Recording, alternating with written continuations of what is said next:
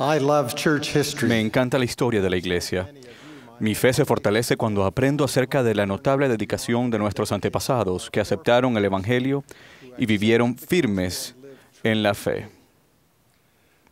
Hace un mes, 12,000 maravillosos jóvenes del distrito del Templo de Hilbert, Arizona, celebraron la finalización de su nuevo templo con una actuación inspiradora con la que demostraron su compromiso de llevar una vida justa. El lema de su celebración era vivir firmes en la fe. Al igual que hicieron esos jóvenes de Arizona, cada santo de los últimos días debería comprometerse a vivir firme en la fe. La letra en inglés del himno, firmes creced en la fe, dice, firmes en la fe que nuestros padres atesoraron. Y podríamos añadir, firmes en la fe que nuestros abuelos atesoraron. Me pregunté si cada uno de esos jóvenes tan entusiastas de Arizona conocía su propia historia en la iglesia, si sabía cómo habían llegado sus familiares a ser miembros de la iglesia.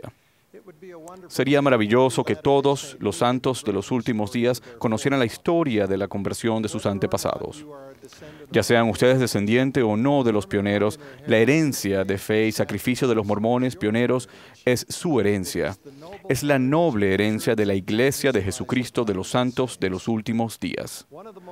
Un maravilloso capítulo de la historia de la Iglesia tuvo lugar cuando Wilford Woodruff, un apóstol del Señor, estaba enseñando el Evangelio restaurado de Jesucristo en Gran Bretaña en 1840, solo 10 años antes, después del establecimiento de la Iglesia.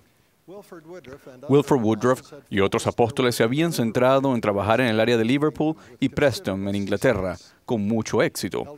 El elder Woodruff, futuro presidente de la Iglesia, oraba constantemente a Dios para que lo guiara en esa obra tan importante. Sus oraciones le inspiraron a dirigirse a otro lugar, a enseñar el Evangelio.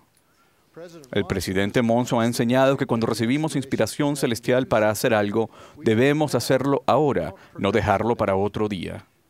Eso es exactamente lo que hizo Wilford Woodruff. Con la indicación clara del Espíritu de dirigirse al sur, el elder Woodruff partió casi de inmediato hacia una zona llamada Hertfordshire, una región agrícola del sur de Inglaterra. Allí conoció a un próspero granjero llamado John Bembo y fue recibido con corazones alegres y agradecimiento. Un grupo de 600 personas que se habían congregado con el nombre de Hermanos Unidos habían estado orando para pedir luz y verdad. El Señor envió a Wilford Woodruff como respuesta a sus oraciones. Las enseñanzas del elder Woodruff dieron frutos inmediatamente y muchas personas se bautizaron. Brigham Young y Wheeler Richards se reunieron con él en Hertfordshire y los 3 apóstoles lograron un éxito notable. En solo unos meses organizaron 32 ramas para los 542 nuevos miembros. Esa obra tan notable continuó y finalmente casi todos los miembros de los Hermanos Unidos se bautizaron en la Iglesia de Jesucristo de los Santos de los Últimos Días. Mi tatarabuela, Hannah Mariah Harris, una de las primeras personas en escuchar a Wilford Woodruff, se comunicó con su esposo, Robert Harris, hijo, que había oído la palabra de Dios y que tenía la intención de bautizarse. A Robert no le agradó lo que escuchó y le dijo que la acompañaría al siguiente sermón que diera el misionero mormón para dejar las cosas claras. Sentado cerca de la parte delantera de la asamblea y con el firme propósito de no dejarse influenciar, y quizás también para molestar al predicador, Robert sintió de inmediato la influencia del Espíritu. Como le había sucedido a su esposa, supo que el mensaje de la restauración era verdadero y él y su esposa se bautizaron. Su historia de fe y devoción es similar a la de otros miles de personas. Cuando escucharon el mensaje del Evangelio, supieron que era verdadero. Como dicen las Escrituras, mis ovejas oyen mi voz, y yo las conozco y me siguen. Tras escuchar la voz del pastor, dedicaron plenamente su vida a vivir el Evangelio y a seguir las indicaciones del profeta del Señor. Como respuesta al llamamiento de congregarse en Sion, dejaron atrás su hogar en Inglaterra, cruzaron el Atlántico y se congregaron con los santos en Nauvoo, Illinois. Aceptaron el Evangelio con todo su corazón. Mientras se establecían en su nueva tierra, ayudaron a edificar el templo de Nauvoo con el diezmo de su trabajo. De cada 10 días, dedicaban 1 a trabajar en la construcción del templo. Se les partió el corazón al recibir la noticia de la muerte de su amado profeta, José Smith y su hermano Hiram. Pero siguieron adelante, permanecieron firmes en la fe. Cuando los santos fueron perseguidos y expulsados de Nauvoo, Robert y Mariah se sintieron enormemente bendecidos por haber recibido su investidura en el templo antes de partir hacia el oeste. Aunque no sabían lo que les depararía el futuro, estaban seguros de su fe y su testimonio. Con sus 6 hijos, se arrastraron por el barro y cruzaron Iowa de camino hacia el oeste. Construyeron una choza junto al río Missouri, en lugar en el que se conocería después como Winter Quarters.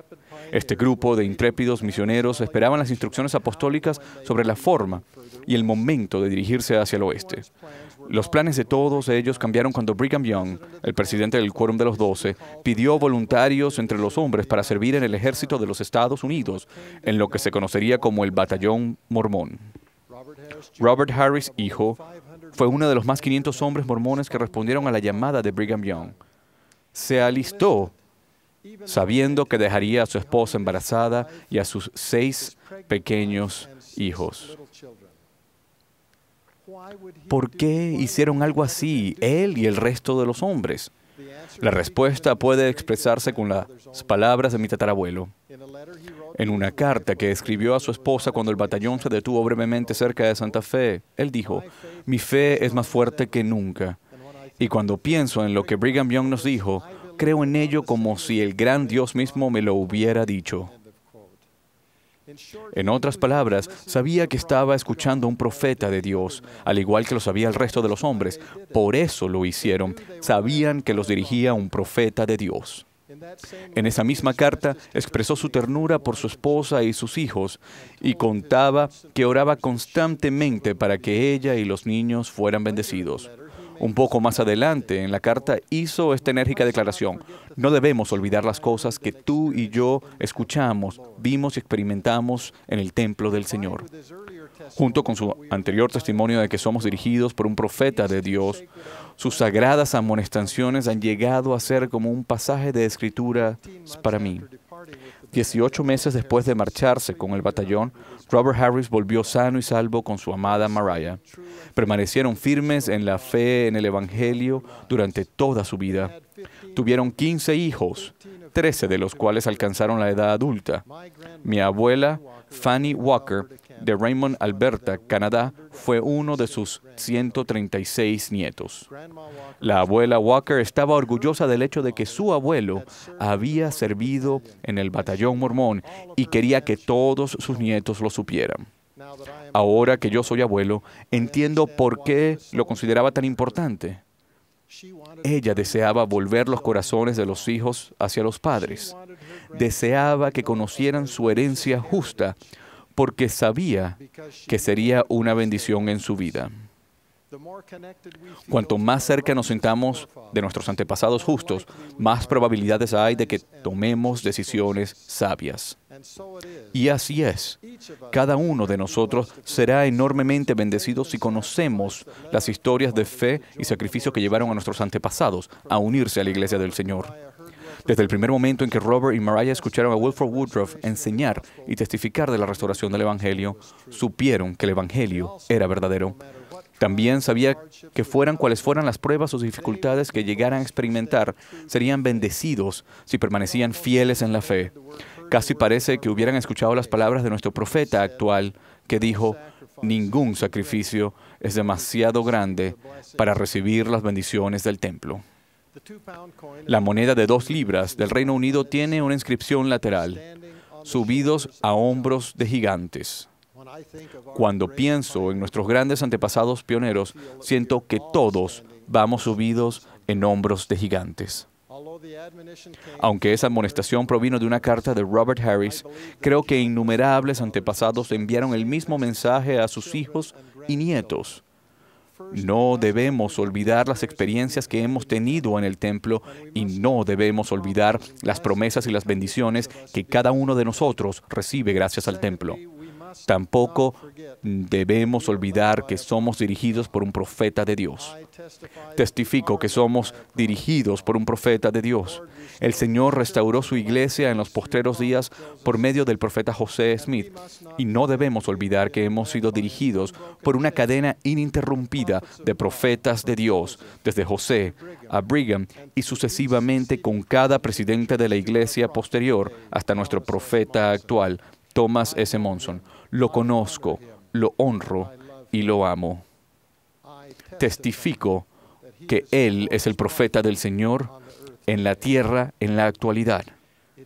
El deseo de mi corazón es que, junto con mis hijos y mis nietos, honremos el legado de nuestros antepasados justos, aquellos fieles pioneros mormones que estuvieron dispuestos a ponerlo todo en el altar como sacrificio y a defender a su Dios y su fe. Oro para que cada uno de nosotros viva firme en la fe que nuestros padres atesoraron. En el santo y sagrado nombre de Jesucristo. Amén.